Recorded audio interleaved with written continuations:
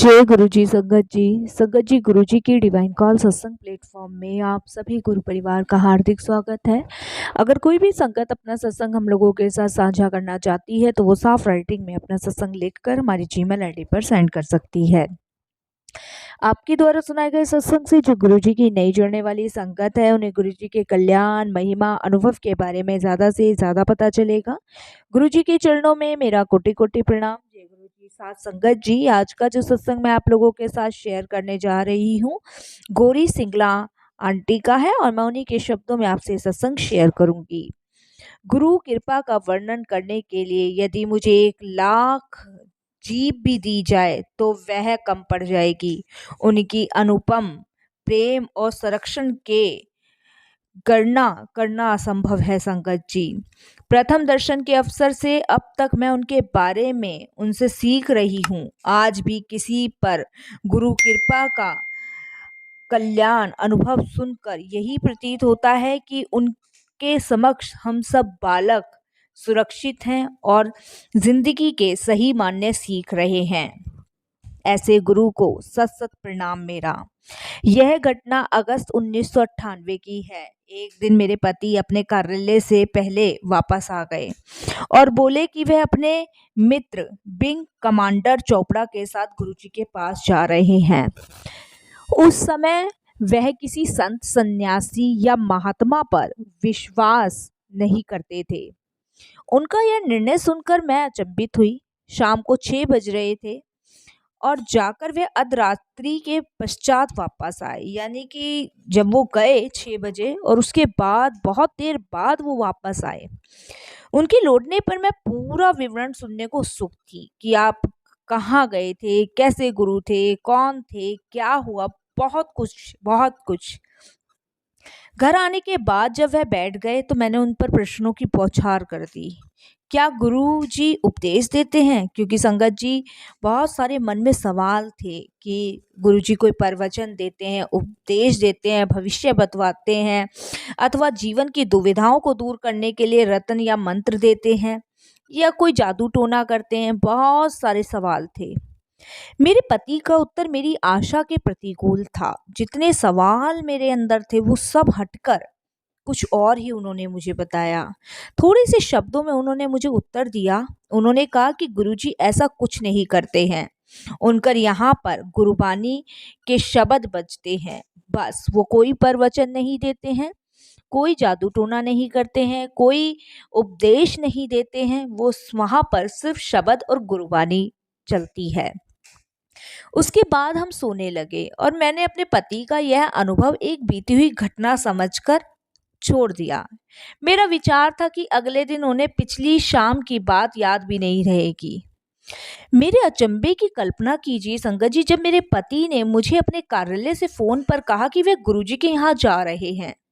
जबकि संगत जी मैं ये सुन के बड़ी अचंभित रह गई। मुझे यही लगा कि अगले दिन की उन्हें बात भी याद नहीं होगी, किसी गुरुजी के बारे में उन्होंने सोचा भी नहीं होगा, बस होया है, बस बात खत्म हुई। और उन्होंने मुझे अपने ऑफिस से कहा कि मैं गुरुजी के यहाँ जा रहा हूँ और उन्हें आने में देर हो जाएगी। जब वे पिछली रात की भांति देर से आए तो मैंने उनसे फिर से एक प्रश्न किया कि ऐसी कौन सी शक्ति है जो आपको वहां ले गई। क्योंकि संगत जी टेंशन की बात तो ये थी, क्योंकि ये तो कभी संतों साधुओं पे विश्वास ही नहीं करते थे और ये एक दिन हुआ है, उसके बाद ये अगले दिन फिर गए। संगत जी बहुत दिमाग में उथल पुथल सी चल रही थी। उन्होंने फिर मुझे बहुत सरलता से उत्तर दिया कि वहां पर जो मुझे मिला उस शब्दों का मैं वर्णन नहीं कर सकता और बहुत कठिन है। उसको केवल अनुभव कर सकते हैं हम लोग। अगले दिन मैंने सह परिवार वहां जाने का निर्णय ले लिया, क्योंकि संगत जी मैं भी उत्सुक थी। क्योंकि जब मेरे अंकल 2 बार गुरुजी के पास गए और उन्होंने इतने सादे सीधे सरल तरीके से मुझे उत्तर दिया तो मैं भी बहुत उत्सुक हुई वहां जाने पर। मेरे पति के तीसरे दर्शन के अवसर पर हम पूरा परिवार उनके साथ गए। मैंने अपने पति को कहा कि हम सब भी गुरुजी के पास एक बार जाएंगे जरूर। गुरुजी के स्थान से 20-30 मीटर दूर से ही एक ऐसी खुशबू आने लगी कि मैं आपको बता नहीं सकती, जैसे पता नहीं किसी ने गुलाबों का इत्र वहां छिड़क दिया हो। जब हमने उस कक्ष में प्रवेश किया जहाँ गुरुजी बैठे थे, वहां तो संगत जी चारों ओर सुगंध ही सुगंध। पहली बात जो मेरे मन में आई कि इस सज्जन ने इतना तेज और अधिक इत्र लगाया हुआ है कि वह सुगंध पूरे कमरे में फैल रही है। बस संगत जी, क्योंकि गुरुजी अपनी गद्दी पे विराजमान थे पीले कलर के चोले में, बस मेरे मन में मूर्ख हैं, अज्ञानी हैं, यही आया कि इतना तेज इत्र क्यों लगाया हुआ है कि पूरे कमरे में इतनी खुशबू आ रही है।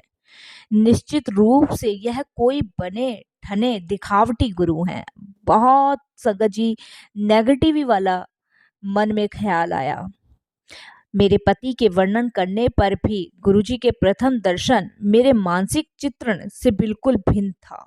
जबकि मेरे अंकल ने मुझे गुरुजी का सब कुछ बताया, लेकिन मेरे दिमाग में वो कहते हैं ना, जब नेगेटिविटी आ जाती है तो हम गुरु को गुरु ना समझ के एक दिखावटी किताब समझने लग गई मैं। किंतु अभी भी कल्पनीय होना शेष था। जैसे ही गुरुजी के चरण स्पर्श कर मैं उठ रही थी तो गुरुजी बोले कि गुड़गावा के संत की भक्त आ ही गई। संगत जी, ये कैसे हुआ? इस कथन के साथ ही उन्होंने मुझे बता दिया कि उनका मेरे बारे में कितना ज्ञान है। हमारे परिवार के सदस्यों के अतिरिक्त किसी और को गुड़गावा वाले संत का पता ही नहीं था। जबकि संगत जी, मैं तो गुड़गावा में एक संत थे, उनके ही हम सभी परिवार उन्हीं की पूजा करते थे। मैं बड़ी अचंभित कि गुरुजी को ये कैसे पता चला। खैर, मैंने अपना एक ऐसी सोच कर छोड़ दिया। गुरुजी के यहाँ चाय पहला और कभी अंतिम प्रसाद होता है। बचपन से मुझे चाय से बहुत घृणा रही है। यदि मैं चाय किसी भी रूप में लेती थी तो मेरे मुख में घाव हो जाते थे। मेरे बैठते ही एक सज्जन चाय बांटने आए।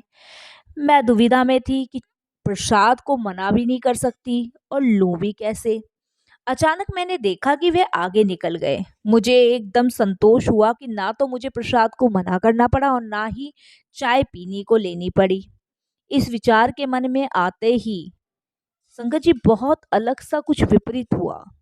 अभी मैं ये विचार कर ही रही थी कि चाय रूपी प्रसाद को लेकर वो संगत फिर मेरे सामने आ गई और उन्होंने कहा कि आपको ये ग्रहण करना ही होगा, नहीं तो आप गुरुजी की कृपा से वंचित हो जाओगी। यह सब मेरे मन में हो रहा था, पर बाहर ऐसा हो रहा था जैसे मैं बोल रही हूँ। एकदम वह सज्जन फिर पीछे मुड़े और मुझे चाय एकदम से संगत जी प्रस्तुत दोबारा से कर दी। मैं अचंभित थी। यहाँ मैं एक बार भी चाय नहीं पीती थी और वहां मैंने दो दो बार चाय पी। ये ऐसा था जैसे वह मेरे मन में उठ रहे सभी सवालों के उत्तर दे रहे हो। मैंने चाय का गिलास उठाया और परिवार के सदस्यों के विरुद्ध प्रतिकूल उस गिलास से चाय पी ली। संगत जी, बचपन से चाय ना पीने वाले के लिए एक महत्वपूर्ण कर्म। उस दिन अगले कुछ घंटों में जब तक गुरुजी के यहाँ रही, मैंने चाय के 2 या 3 गिलास चाय पी ली। संगत जी, जो एक गिलास चाय नहीं पीता, उस दिन गुरुजी ने कम से कम 2 से 3 4 बार मुझे गिलास चाय पिलाई। उससे संगत जी ना जाने उस चाय प्रसाद से कौन से मेरे कर्म कटने थे, ये तो गुरुजी ही जाने। शुक्राना गुरुजी का। हम गुरुजी के यहाँ रात के 1 बजे तक रहे। अगले दिन सुबह उठने पर मेरे जो मुंह का घाव था संगत जी, वो भरा होना चाहिए था, क्योंकि मेरे मुंह में बहुत जल्दी चाय पीने से घाव हो जाते थे और उसमें संगत जी दर्द भी बहुत होता था।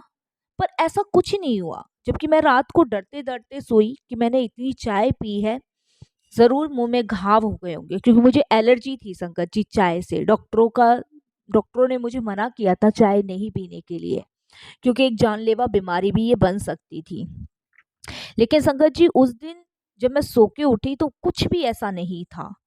मेरा बिल्कुल बिल्कुल साफ था, कोई घाव नहीं था, कोई घाव का निशान नहीं था। मैं अचंभित थी। आज भी चाय या तो मैं केवल गुरुजी के यहाँ पी सकती हूँ या तब जब वह मेरे आसपास होते हैं, परंतु यदि मैं चाय घर पर या कहीं भी और पी आऊं तो संगत जी मेरे मुंह में घाव हो जाते हैं। इससे गुरुजी की ऊर्जा का आभास होता है। एक जनसाधारण चाय को प्रसाद के रूप में देना, जिसमें रोग और कठिनाइयों को बाहर फेंकने की शक्ति है।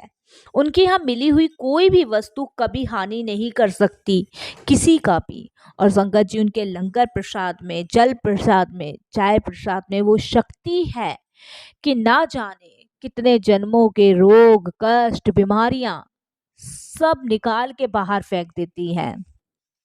कहीं आपने ऐसा चमत्कार देखा है? कहीं नहीं देखा होगा। संगत जी, चाय पीना आरंभ करने के उपरांत हमारे परिवार में और भी चमत्कार होने वाले थे, जिसकी हमने कभी कल्पना भी नहीं की थी। सुगंध, जिसे मैं गुरुजी का इत्र समझ रही थी, हमारे मुख्य कक्ष में फैलने लगा। हम उसे घर पर पाकर एकदम मुग्ध हो गए। कुछ समझ पाने के कारण जब तक वह रही, हम अति आनंदित रहे। संगत जी, बाद में पता लगा कि यह तो गुरुजी का एक अपना ही दिव्य शक्ति का अनुभव है। जहाँ गुरुजी होते हैं वहाँ गुलाबों की सुगंध होती है, और जहाँ भी उनकी उपस्थिति का आभास होता है, ये समझ लीजिए वहाँ गुरुजी आपके अंग संग है। गुरुजी की शरण में होना भी एक सौभाग्यशाली दिन होता है।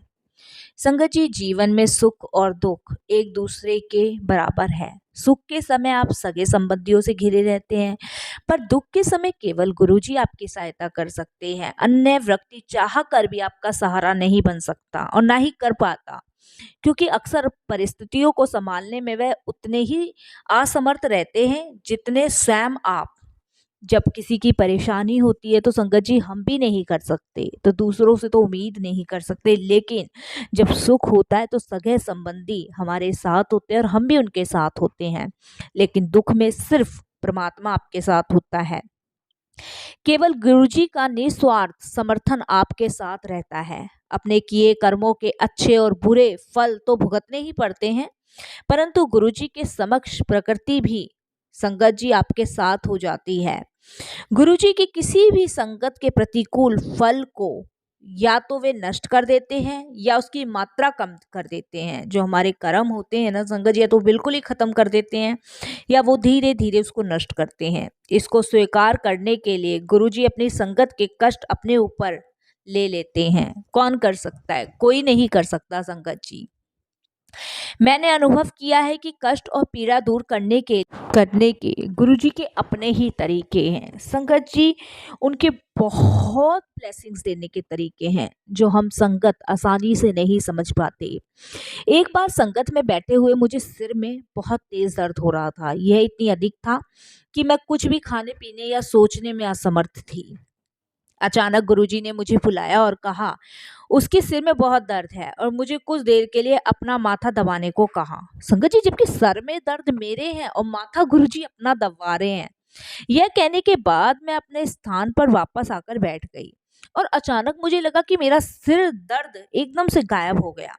अपना सिर दबाने को कहकर उन्होंने मेरी पीड़ा समाप्त कर दी। सोचिए संगत जी, हमारे कष्ट भी गुरुजी अपने ऊपर लेते हैं। ऐसी संगत जी, एक बार मुझे बहुत तेज बुखार था और कई दिनों तक रहा। टेस्ट और दवाइयों के उपरांत भी वह नहीं उतरा। फिर 2 सप्ताह तक मैंने बहुत अधिक तीव्र दवाइयां ली। संगत जी, वह कम तो हुआ पर वापस आ गया। मेरे बुखार का रूप अनोखा हो गया। दिन के समय तापमान सामान्य रहता, शाम को बढ़ जाता। 4 सप्ताह तक ऐसा ही होता रहा। डॉक्टर कुछ नहीं कह पा रहे थे क्योंकि टेस्टों के परिणाम बिल्कुल नॉर्मल थे। फिर एक दिन गुरुजी ने मेरे पति से इतने दिन संगत में मैं गई नहीं तो उसका कारण पूछा, तो गुरुजी को उत्तर देने पर उन्होंने 5 मिर्चों के प्रयोग की एक विधि बताई, और उसके सेवन मात्र से मेरा 1 महीने से अधिक अवधि से चल रहा बुखार समाप्त हो गया और धीरे धीरे मैं ठीक हो गई। मैं गुरुजी को एक बार और बुखार से निकालने के लिए आभारी करती हूँ। संगत जी, मुझे हल्का बुखार था। मैंने परिवार के साथ बड़े मंदिर जाने की योजना बनाई, परंतु बड़े मंदिर पहुंचते पहुंचते मेरा बुखार बहुत बढ़ गया और मेरे लिए उठ पाना संभव नहीं था। उस दिन अचानक गुरुजी वहां आ गए और मेरे पति और संगत के एक अन्य सदस्य को ताजा नींबू का घोल बनाकर पिलाने को कहा।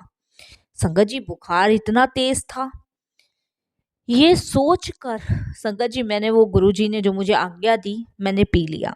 संगत जी मेरा वो बुखार कब गायब हो गया मुझे नहीं पता। गुरुजी को मेरी अवस्था का ज्ञान था। उन्होंने तुरंत उपचार किया। ऐसा निस्वार्थ संगत जी प्रेम कौन दे सकता है? कोई नहीं, सिर्फ परमात्मा। देखभाल और कोई नहीं कर सकता गुरुजी के अलावा। शुक्राना मेरे गुरुजी का। संगत जी गुरुजी द्वारा प्रयोग करने वाली वस्तुएं केवल काल्पनिक नहीं होती हैं।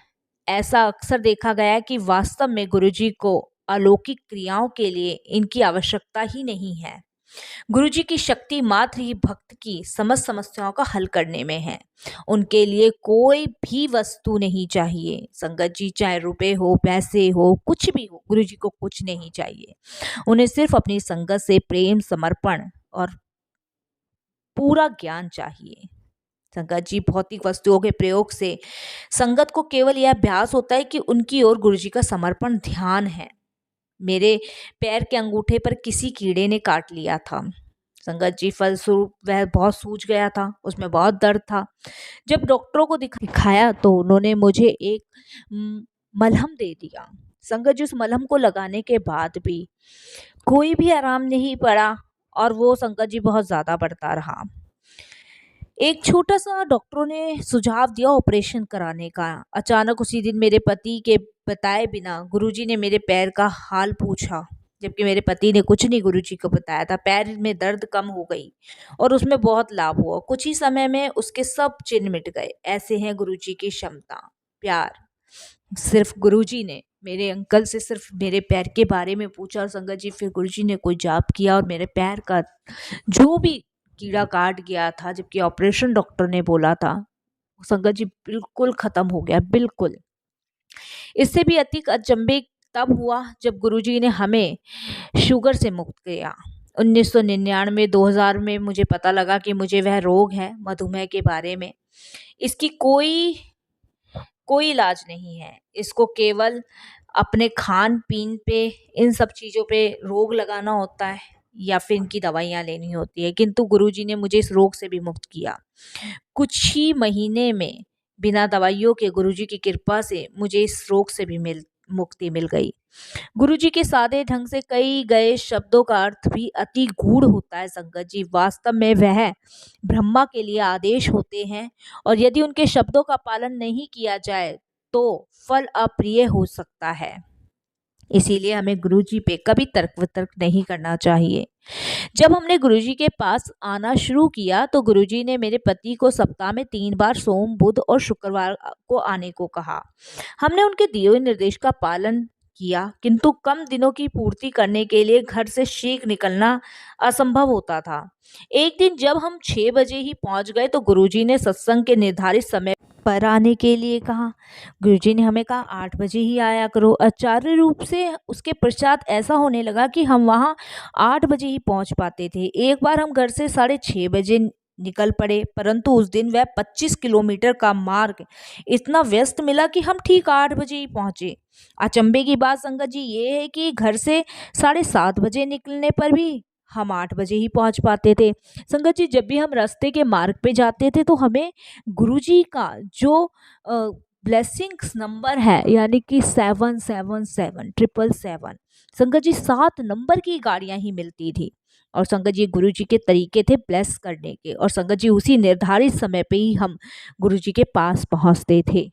और संगत जी आज तक ऐसा ही होता है, जब भी हम बड़े मंदिर जाते हैं गुरुजी के दर्शन के लिए हमें 7 नंबर की गाड़ी मिलती है। और संगत जी हर सोमवार को हम ठीक 8 बजे ही गुरुजी के दरबार पहुंचते हैं। आज तक गुरुजी की अपार ब्लेसिंग्स मेरे पे, मेरे परिवार पर बनी हुई है। शुक्राना मेरे गुरुजी का। और संगत जी महाशिवरात्रि जो 3 लोखंड स्वामी का सबसे बड़ा विशेष दिन है। संगत जी हम घर से 5 बजे निकलते हैं लेकिन ठीक 8 बजे ही हम गुरुजी के दरबार पहुंचते हैं। शुक्राना मेरे गुरुजी, लव यू गुरुजी। इतनी ब्लेसिंग्स कोई नहीं दे सकता जो आज गुरुजी महाराज ने दी रखी है हम लोगों को। संगत जी मेरे घर के हर चीज पे 7 नंबर की ब्लेसिंग्स है गुरुजी की। मेरी गाड़ी 7 नंबर की, मेरे घर का अराउंड हाउस नंबर 7 नंबर का, यहाँ तक कि संगत जी मेरे बच्चों के रोल नंबर भी 7 से ही शुरू हो रहे हैं। मेरे हस्बैंड का एंट्री कार्ड भी 7 नंबर से ही है। 7 नंबर की ब्लेसिंग्स गुरुजी ने हमें अपार दी है। शुक्राना मेरे गुरुजी का, अनंतम अनंतम शुक्राना। जय गुरुजी, शुक्राना गुरुजी।